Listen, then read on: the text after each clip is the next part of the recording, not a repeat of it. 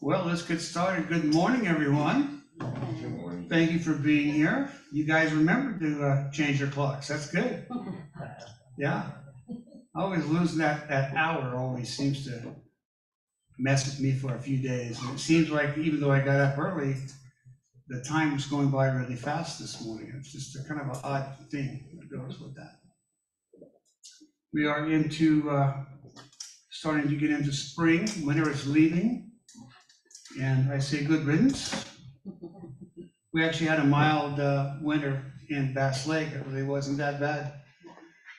Next week, we're supposed to be into the 60s already, so it's going to be wonderful. I hope we have a nice long spring. I want to welcome everyone here and those on Zoom this morning. Anyone here for the first time, would you raise your hand and let me acknowledge you? Okay. How about on Zoom? Anybody on Zoom, Sandy?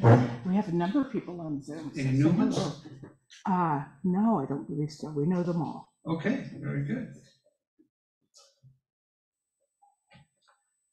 The themes for March are self-propelling, self-existence, and volition. Look forward to hearing what all the speakers have to say throughout this month regarding these themes. We always like to start out with a little meditation. Get everybody settled in and just relax. Put your feet down on the floor and perhaps close your eyes. And John and his assistants here with music are going to soothe us for a few minutes. Good morning, everybody. Everybody knows Reverend Brenda Negley. She's going to be playing crystal bowls today. This is Cherie Jones, who she's part of our flute circle, and she's going to play rainstick and flutes and other miscellaneous noisemakers as the day goes on. We had a sound bath here last night that Brenda facilitated in lieu of Judy being out of town. That was done instead of that. And so that's how these chairs got this way. So we thought we'd just leave them because at the end of it, we're going to do about a 5-minute sound bath. It'd be more of a little sprinkling, maybe a little spraying off. Not a full bath, but we'll get a sense of it. So I'm going to play a little bit, and as we ease into then a silent meditation. And Brenda will start us off on the bowl, and really pay attention to the tones. It's been fun to watch the tones with the little tuner that I have, that it's not just a mechanical, she's playing a D bowl, it's not just a D, it kind of goes up and down and really pulses, and that is part of what makes it sing and magic.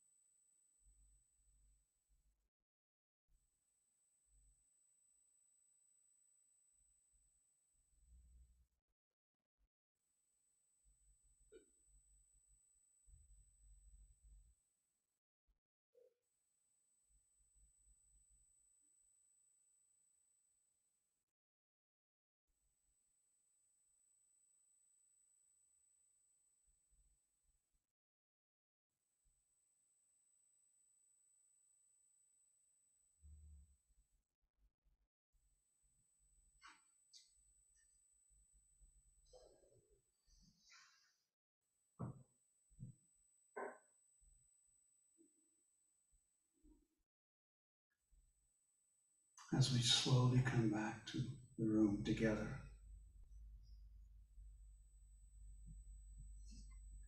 Let us say thank you, God, Spirit Source, for this time together this morning, to be together, to enjoy such a powerful and beautiful sound and sounds what the musicians have done for us. We are self-propelling, we are self-existent, and of volition. Through and with God, Spirit Source, everywhere. So grateful to be together this morning for this and so much more. And so it is.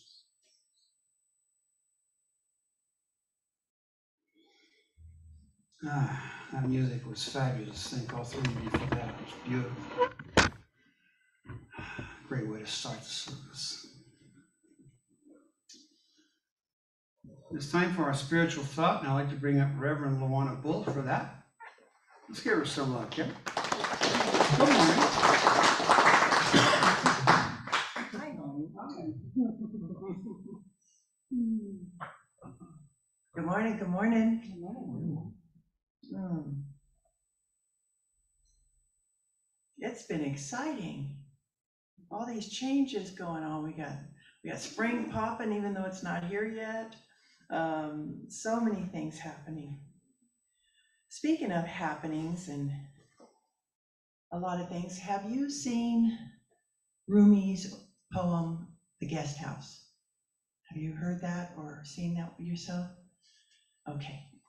I got to see it. It was one of those things being passed around on the internet, and my girlfriend sent it to me. And is it somebody, Bonham Carter, whatever her first name is, actress, but she does a beautiful job of the reading too. So if you ever want to look it up, amazing.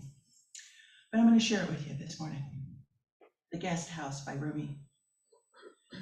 This being human is a guest house.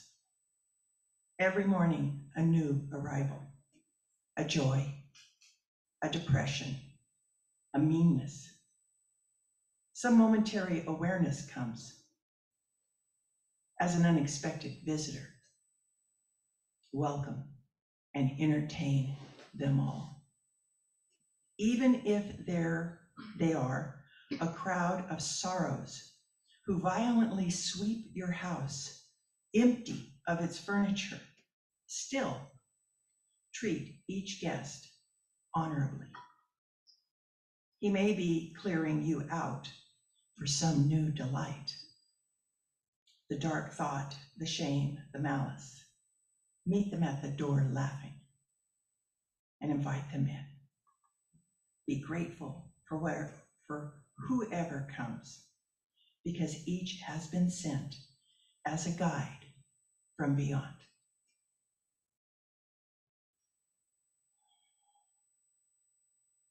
I think of Reverend Kim every time anything involving poetry comes up. So my appreciation of that is really being felt lately because of so many changes.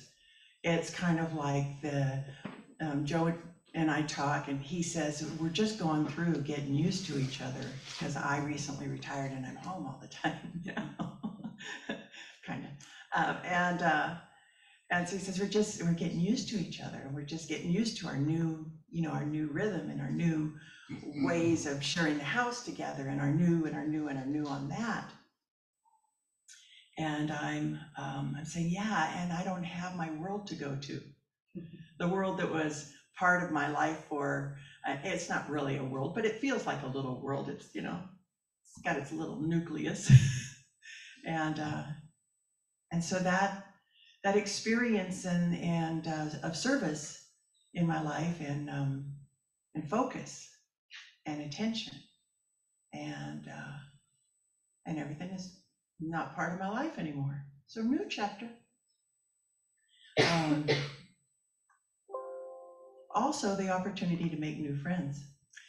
Mary Ellen was kind enough Yep, she goes, yep. She was kind enough to lead me into the possibility of taking yoga here in town with a particular yoga studio, and it came together. It just came together so easily, thanks to you flicking that bic of starting the conversation and letting me know about this person. And so I went and had my first yoga in a long time. So let's just call it the first. And then my second Thursday, and then second one Saturday. And what a wonderful compliment to what we get to experience here at the PLC. What a wonderful compliment. So I'm grateful for Mary Ellen pointing me in that direction, the opportunity to go with you two, Moira and Mary Ellen, and also the opportunity to meet Carol. So that was very cool. So I have 8 that I've paid for, and I'm sticking with it. So we'll see what's happening after the 8th one. But new experiences, new potential for friends, new ways to spend my time. There's also a friend of mine who was sharing with me about loss and another new chapter coming up because a spouse shuffled off the mortal coil, and Ruth Rosenthal came to mind, and I may have shared this with you in the past, but Ruth, she was so sweet here at the PLC. When I first came, Joe and I got active because that's just how we've done our participation in New Thought Centers forever. So we got active, and Joe was talking up there, and I think he was making fun of me or bantering or something was going on, and Ruth leans over the chair and she says, "My husband and I had what you have." And the thing I shared with my friend who had lost someone was Ruth really lived that new chapter without her beloved husband. She lived that new chapter fully. She lived writing poetry. And I think she did it before, but she lived it after, and she lived it fully. And she did open mic night, and she read her poems here, and she lived so brightly that not having known her before his passing, you know, where we see beloved people really suffering through that transition, and to think, wow, Ruth would be my shining light, will be my shining light. No, well, I'm not trying to suggest you're going, Joe. Will be my shining light for anyone I'm supporting, that we can live fully in all our new chapters. That's the point. We can live fully in all our new chapters. By volition, by self-existence, because we already are. I try to find poems and stories that kind of coalesce all of the themes, that kind of hold them all within the experience. So new thoughts and new feelings. I have another couple of quotes I wanted to share with you to wrap this up. We must have a spiritual rebirth. We must be born out of the belief in externalities into the belief of inner realities. Out of the belief that we are separated from God into the belief that we are part of a unitary wholeness. And he's also said, the mind of us is continuously unfolding into a greater recognition of its real plan in the creative order of the universe. Namaste.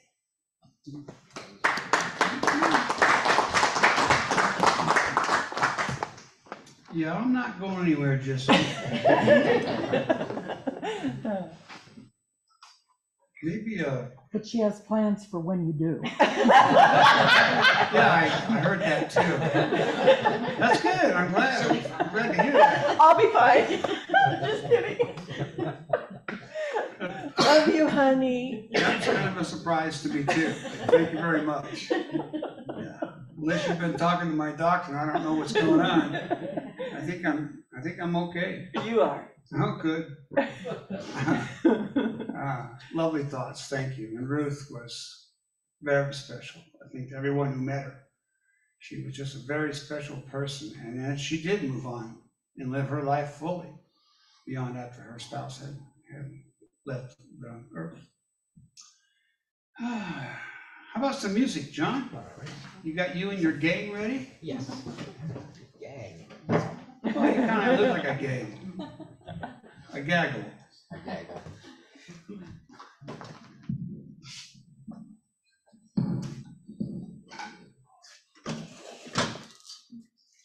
So this has a real catchy name. It's a duet for flutes in E minor with Crystal Bull.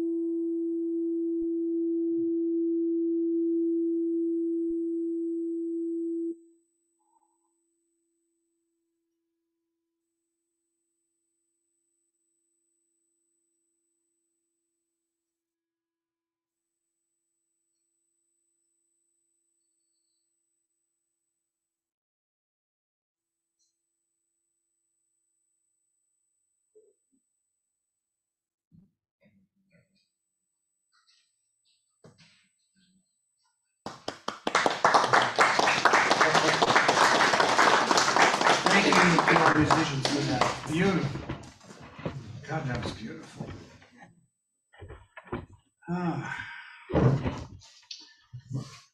Well, it's time for our main speaker, and I'm going to invite Rev Bob Hand to come up here and talk to us. Good morning, Bob.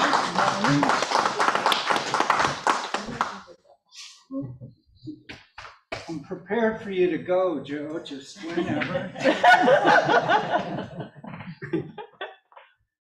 You have the memorial all planned?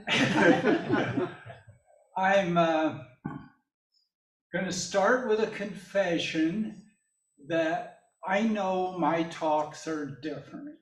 I understand that. Most of the ministers talk about life and what happens and how we use spirituality in it. And I tend to get into the weeds of history and science and philosophy. So that's what I'm going to do. Now, John is a part of the discussion group that we have once a month that kind of prepares my talk in a way.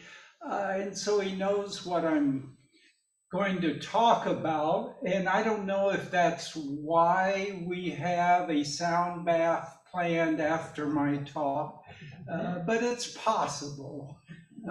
They might think people are going to need a little refreshing after this. So I'm going to talk about volition. Volition in the sense of free will. And free will has been a problem in religion and spirituality for thousands of years. So let's go back with Christianity, Judeo-Christian history, and we look at Genesis.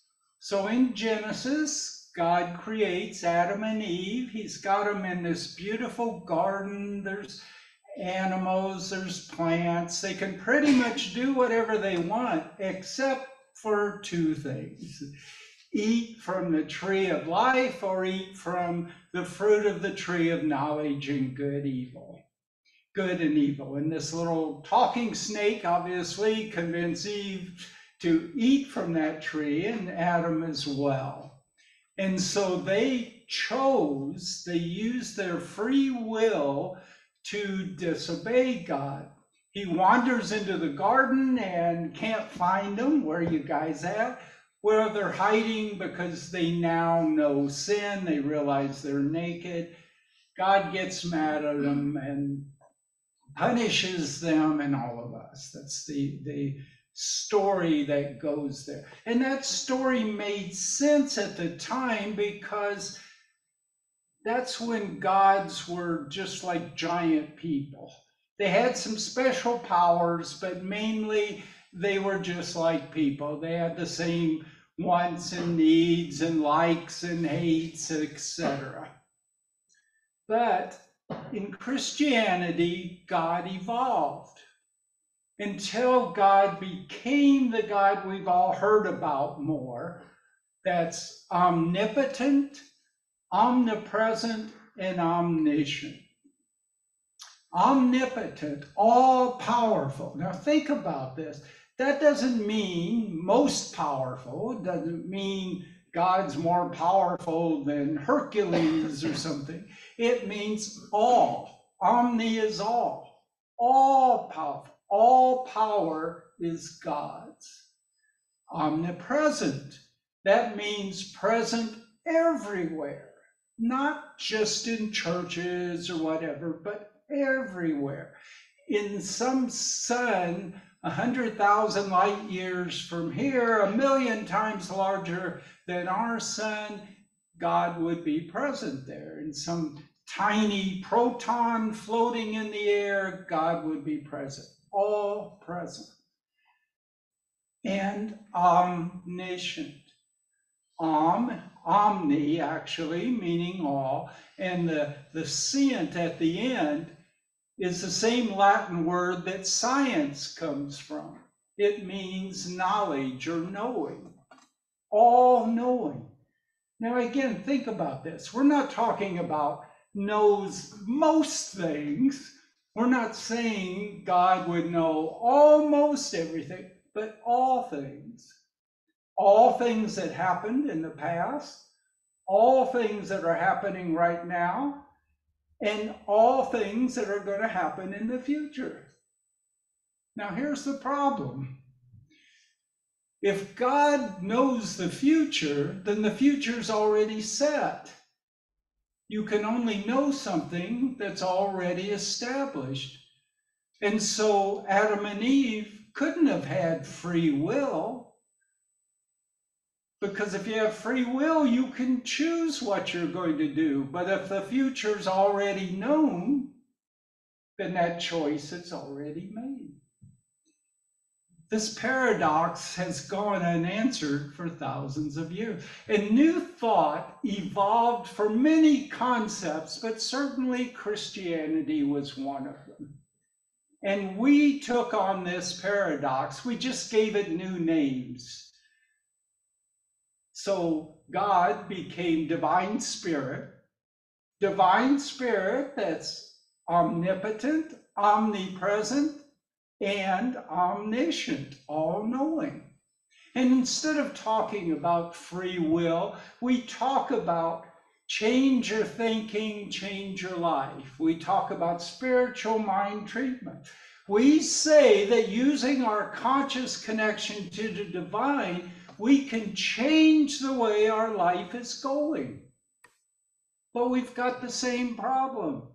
If divine spirit is all-knowing and knows the future, then the future's already set, so how can we affect it? Now, many of you know this. I realize that spiritual laws, spiritual concepts can be hard to figure out. Now, a lot of people say, I just know it. From my intuition, I know it. And maybe they do, I don't know, but for thousands and thousands of years, people have just known it. And we've come up with thousands of different religions because of that. So I like to turn to science, because I said science is about what's right here, what we can see in front of us. So, and if everything's one, then the laws of science would have to follow the laws of spirit, and maybe we can figure that out. So around the turn of the century at 1900, as you all know, Albert Einstein revolutionized science, changed it monumentally with the theory of relativity. Now, the theory of relativity has all kinds of things in it. But one of the things it says is that time is the same as space. Space has 3 dimensions. We used to talk about a 3-dimension universe. But in relativity theory, you talk about a 4-dimensional universe because time is one of those dimensions. And it acts just like space. I know this is hard to conceive, but I'm going to give an example. Let's say I'm at the front door. There it is. I walk up here, and now I plan on walking back to the front door. Well, the front door was there when I was there. It's there in the present now, and we know it's going to be there in the future because space is just there. But relativity theory says time is the same way. It was already there in the past, it's still there, and it's there in the future. It all still exists. So if relativity theory is correct, the past, the present, and the future are all existing. So again, the future has to be pre-established or it couldn't be there. And then quantum theory came along. There's going to be a test on this later, pay attention. Quantum theory came along. Again, a hugely successful theory, but one of the things it said is randomness is a part of the universe. That if I want to shoot an electron at a very specific target, and I aim it exactly, and I know the force of that electron, I can say maybe there's a 99.999% chance that electron will hit that target. But there's always a small chance that it won't. Nothing to do with how accurate my equipment is. That's built into the universe, a certain randomness. But if there's randomness, then the future can't be established because things might change. So science has given us the same thing that religion and spirituality gave us, this paradox of a set future and yet a randomness that means there can't be a set future. Now, with any luck, I've got everyone confused. Is there anyone not confused? I think in spiritual development, confusion's a great thing because it jolts us out of where we are. If we're going to grow, we got to get out of the rut we're in. But the other thing, I think, is that even though this paradox has gone unsolved for thousands of years, we can solve it. We're pretty good here at the PLC. And we're going to solve it using faith and logic. So let's think about this. We say there's a divine spirit that's omniscient, knows everything. We have no proof of that, and yet that's the basis, the very basis of our belief system. So we're going to start with that. And we know that we're a part of that. That our mind, not just our physical body, our mind is a part of divine spirit. So if we go from faith to logic, and we say, if our mind, our consciousness is part of divine spirit, if we don't have free will, then divine spirit's limited. But the divine spirit can't be limited, and therefore we have to have free will. Now, I think that solves that paradox. And free will has to exist, and we have to have the ability to change our life.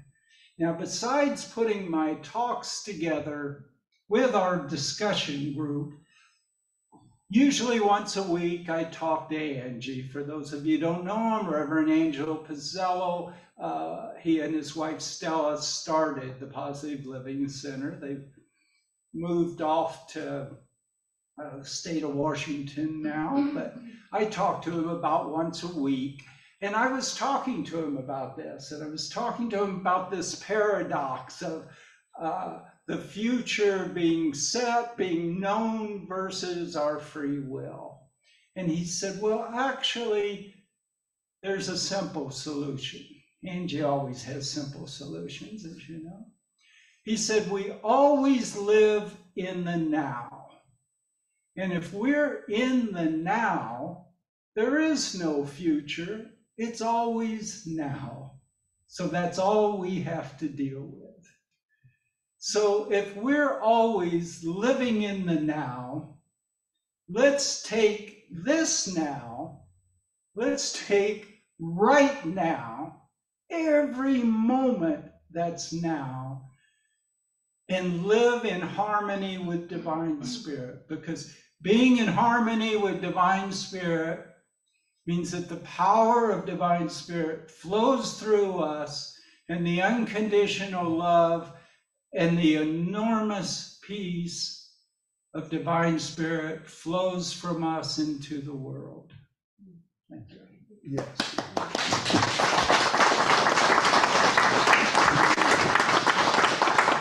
Yes, yes, yes, Reverend Bob, thank you so much. It's quite clear now, isn't it?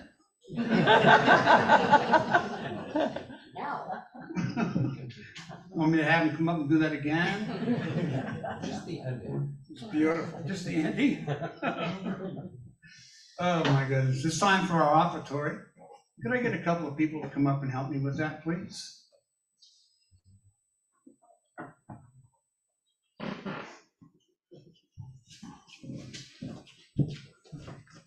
Just stay right there with me for a moment. We'll do our offertory statement. Divine love flowing through me blesses and increases all that I give and all that I receive. Thank you.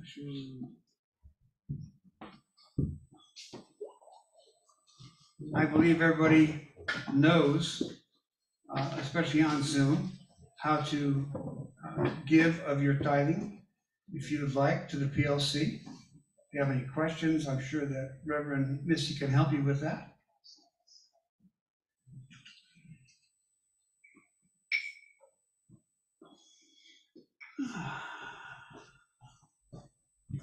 Thank you, dear.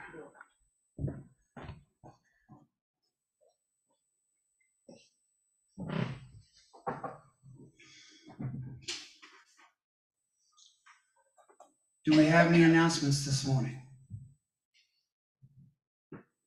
No new announcements? we're springing forward and there's nothing new. Wow, that's great. Well, I have an announcement.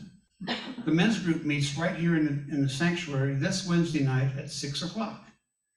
So all the men in this room and elsewhere are invited to come join us.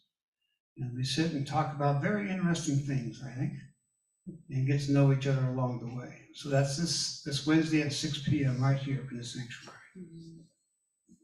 Our prayer partner this week is Reverend Lujuana Bull. And if you have a prayer that you want to write down and hand to us, that all the ministers and practitioners will pray on that request. And there's a frog box in the back left corner, and there's a paper there and a prayer request form. Just fill out the name of the person you want prayers for, etc., and put it in the box. I collect those, and all the ministers and practitioners pray on that during the week. And also during the week, if you have a particular minister or reverend that you want to talk with, if you look under the PLC iFocus, if you get that, if you don't, please come and see Reverend Lujuana and she'll sign you up for that so that you receive what's going on, what the happenings is about the PLC each week. And it has all the names and phone numbers of the ministers and practitioners for you, okay? Next week's speaker is Reverend Lujuana Bull. I look forward to hearing what she has to say. Me too.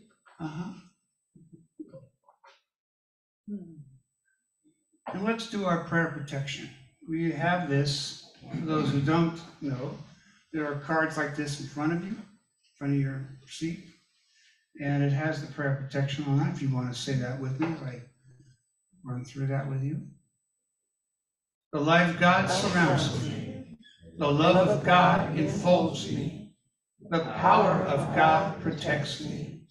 The presence of God watches over me. The energy of God is me. Wherever I am, God is, and all is well. So it is. All right, John, you have some final music for us. I want to thank all three of these musicians here today for being here, putting this together. It's fabulous.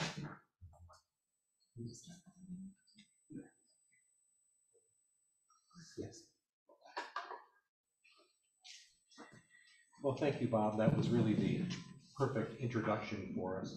We did a sound bath here last night, and we're just going to do a very abbreviated version of it here. But a sound bath is an invitation to be in the now, to really hear the tone that's you're hearing right now, and let it wash over you, and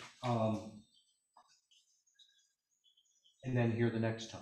So it will change. Our doing a sound bath is really fun. We have all these little noise-making toys that we can entertain you with and try to bring them in at a time that makes for a nice experience. So being in the now, let it wash over you.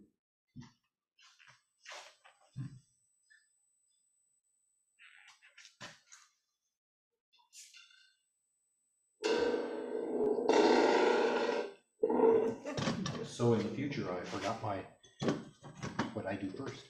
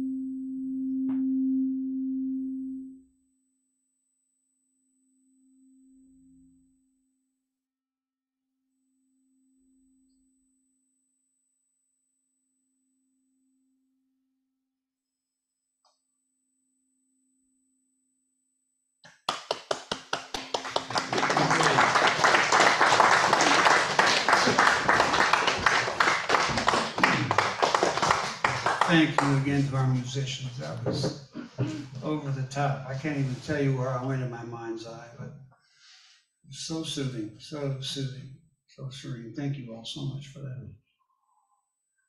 I hope you enjoyed service today. I know I did. I'd like to ask Reverend Sandy to come up and give us a closing prayer, please.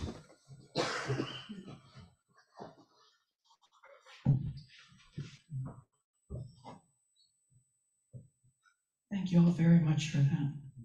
The beauty it was and what it did for everyone is there's no words. And it was our closing prayer. So I just want to say, God is, we are, and all is well. Thank you.